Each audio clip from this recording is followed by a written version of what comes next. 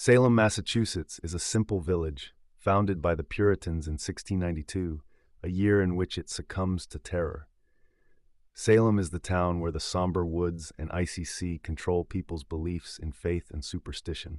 It is not only a deep-rooted thought about witchcraft, supernatural powers, and even devil, as such stories can be met or heard discreetly throughout the area of the community.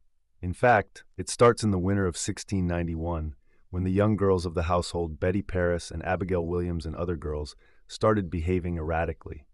They twitch, shout, and faint, and have seizures that seem unreasonable. Betty of Samuel Paris, the minister of the church, has breast development, and Reverend Samuel Paris, her father, is concerned.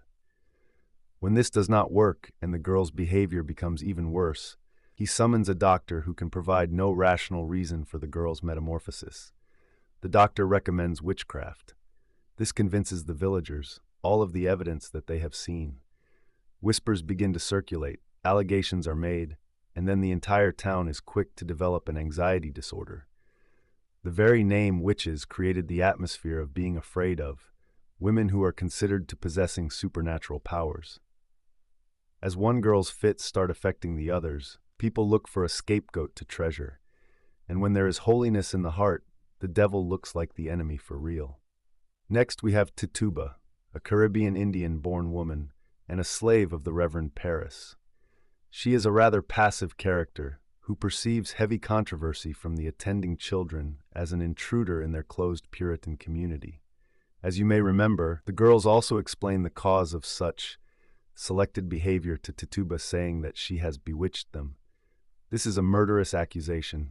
It is an ill fate to be in the Puritan world, being accused as a witch.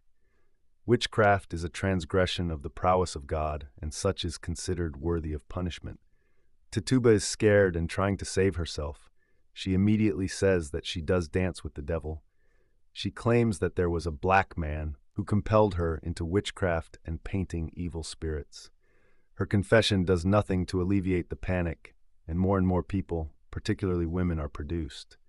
Some are named by the girls, others are reported by fellow neighbors or get arrested due to unproven fear. Two of the first to be accused are Sarah Good, a poor beggar woman, and Sarah Osborne, an old sickly woman. Both women, being socially vulnerable in the society, cannot afford to fight the rising tide of suspicion. The first woman, Sarah Good, is able to deny the charges against her, but Sarah Osborne admits to witchcraft and says she had sold herself to the devil. Few years later, the allegations become intense, and then the trials commence.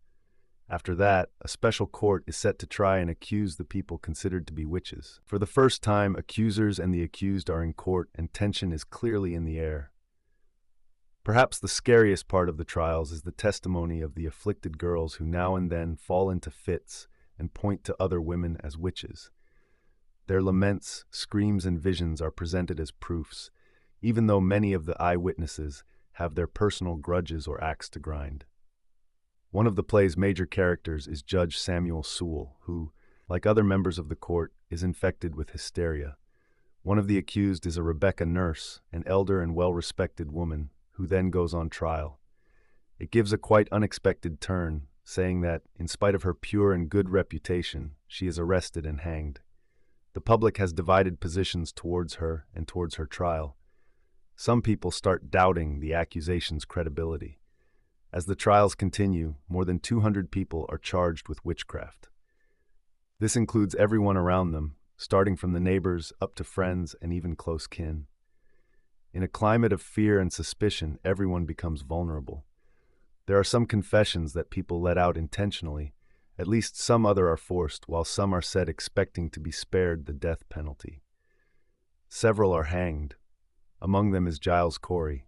He does not plea and is pressed to death with stones. Yet by September of 1692, the victims start getting identifying and the hysteria starts dying down.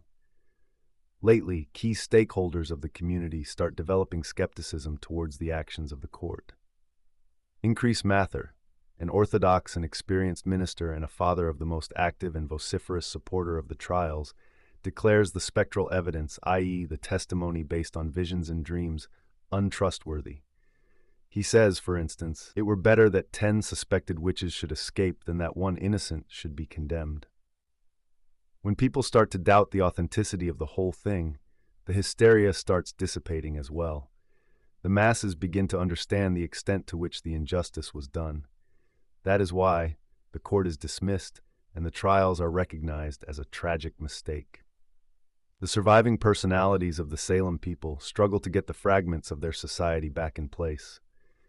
All the remaining accused witches are acquitted, and by 1693, the trials are restricted.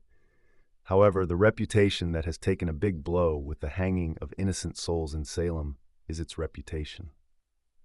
This show conceives the Salem Witch Trials as ones that leave wounds that are felt for generations and transforms the story into a cautionary one of hysteria and scapegoating, of power's abuse in its modern and thus timeless form. Please like the video and subscribe my channel for support.